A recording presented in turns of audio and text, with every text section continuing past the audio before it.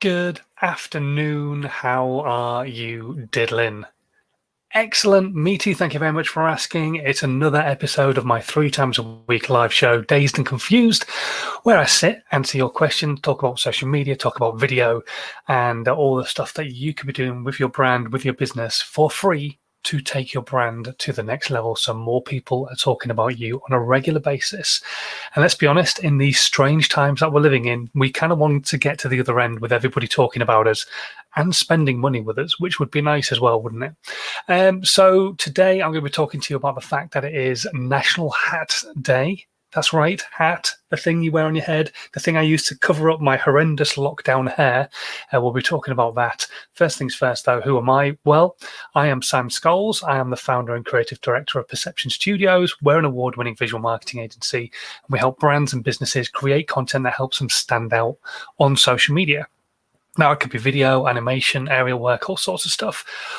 But a few years ago, it became obvious to me that I wanted to try and help more brands and businesses who couldn't afford to have content created on a regular basis.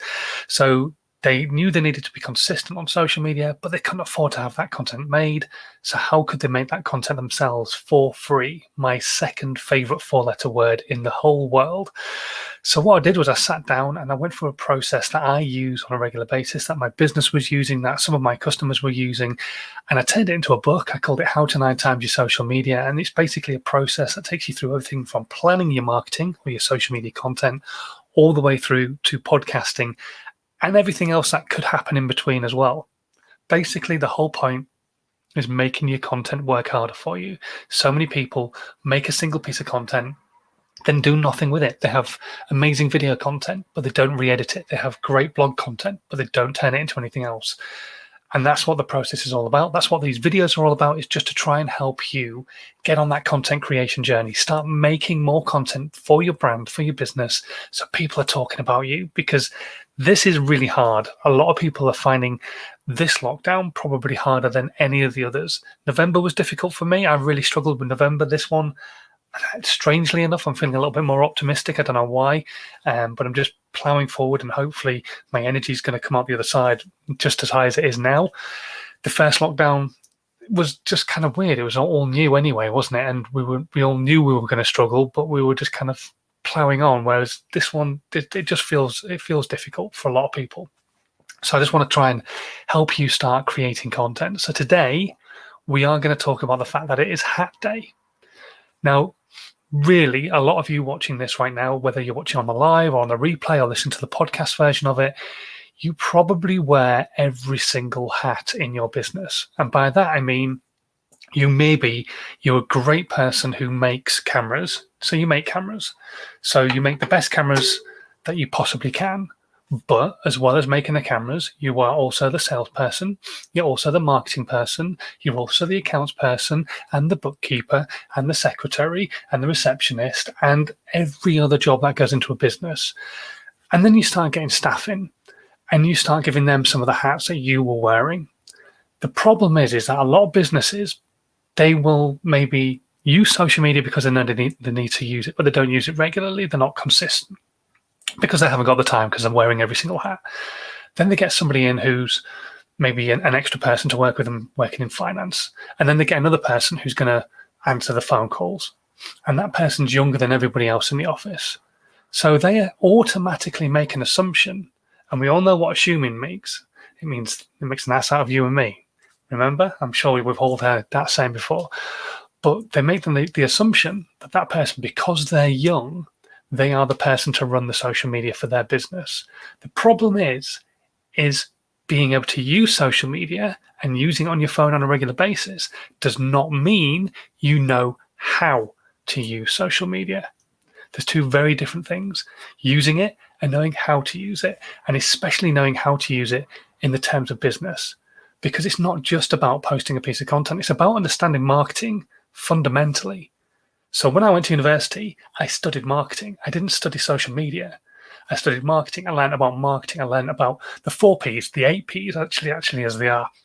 All those kind of things that are fundamentals of marketing, understanding your market. Then you can start implementing the different variants of marketing.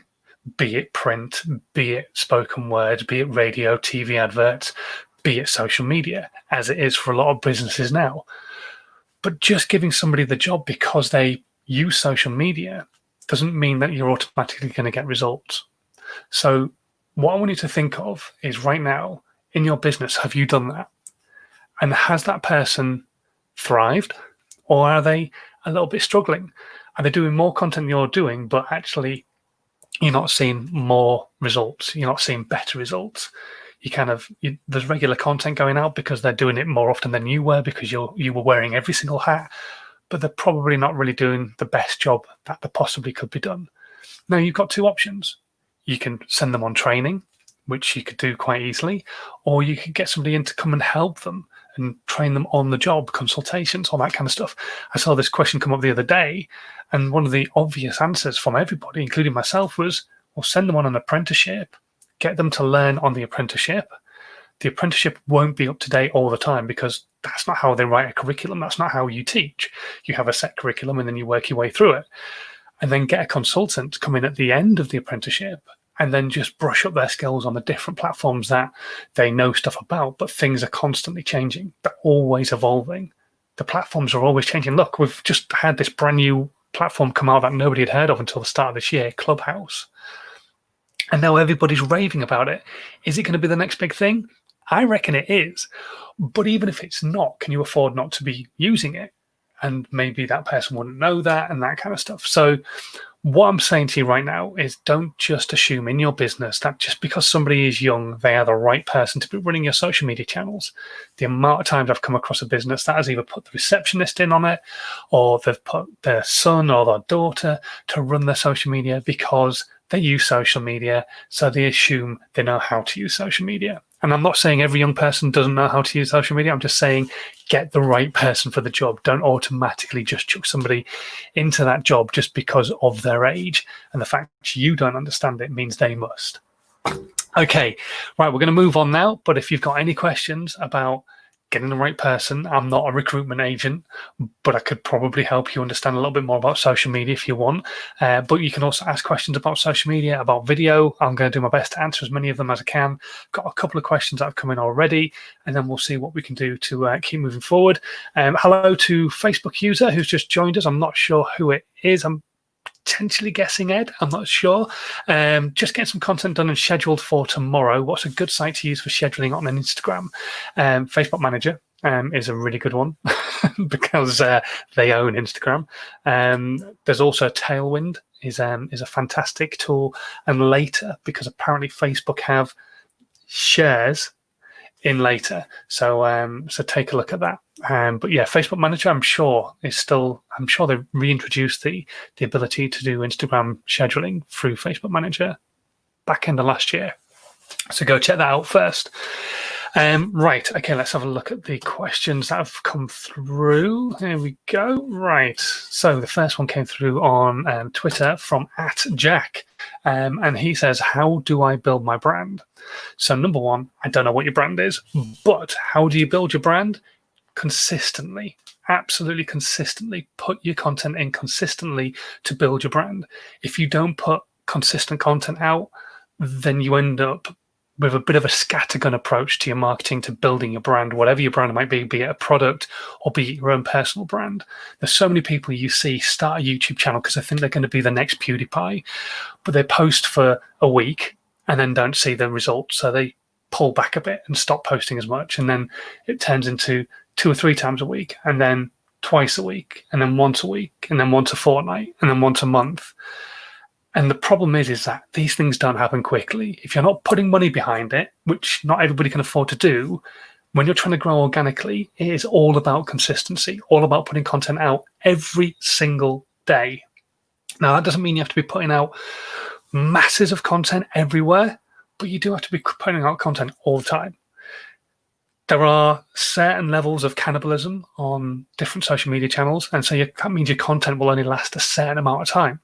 So before lockdown hit, these are old numbers. Please take my word on that. They will have changed massively since lockdown started. But the old numbers basically are things like Twitter, a piece of content will last 18 minutes if you're lucky.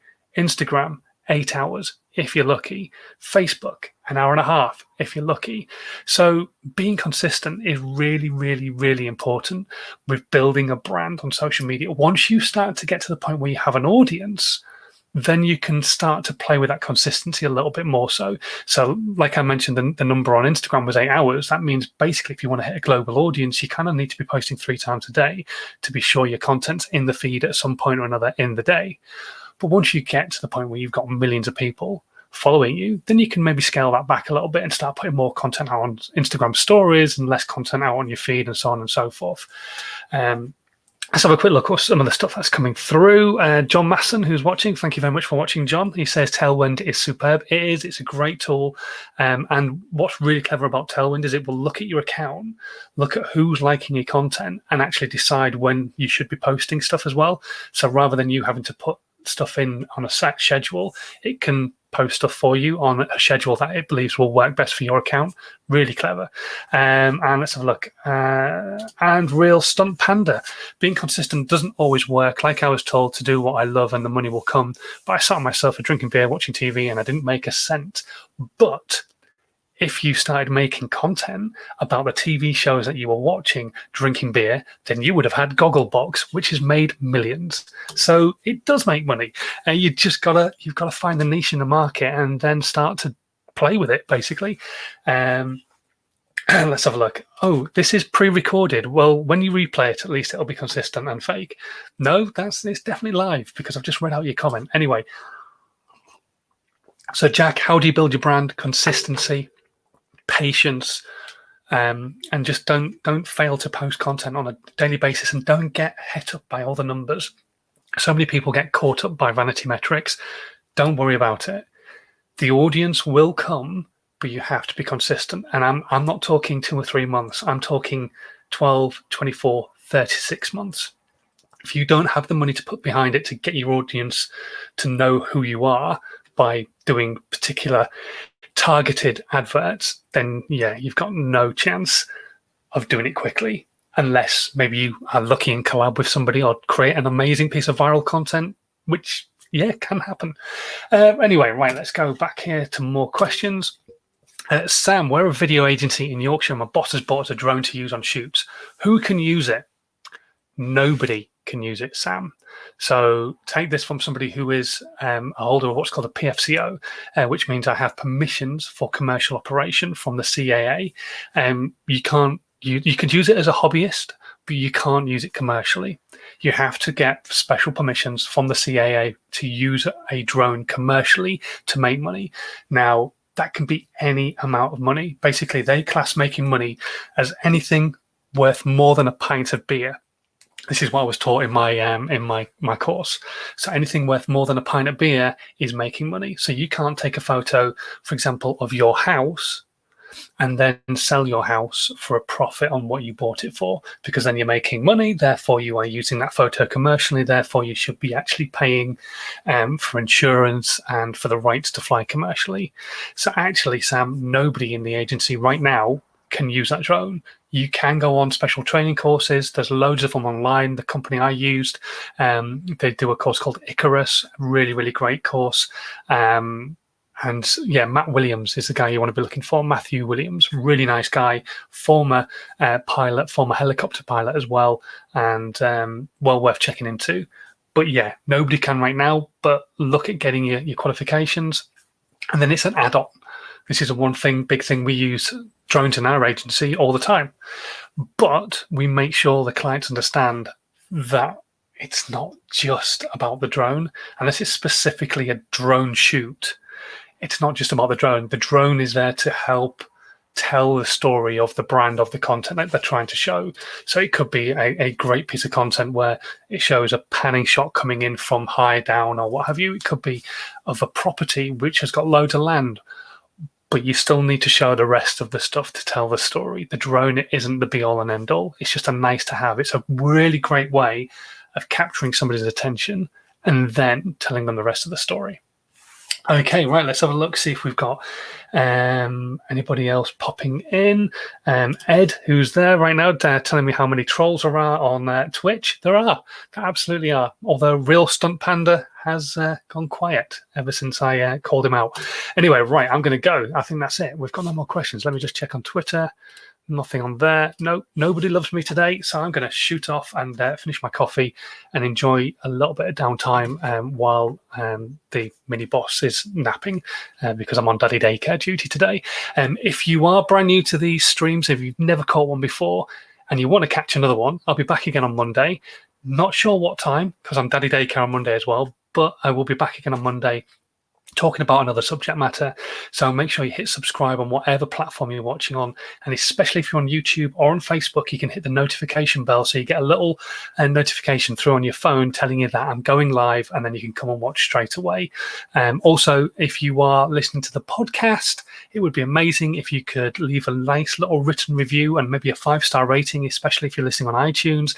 Helps the audience grow on this content, and let's keep building the community so we can all chat to each other and get more questions in and that kind of stuff on the next live. But until then, in these weird times, I will continue to say every single broadcast until it's all over and done with, please continue to stay safe and have a good one. I'll see you soon. Bye.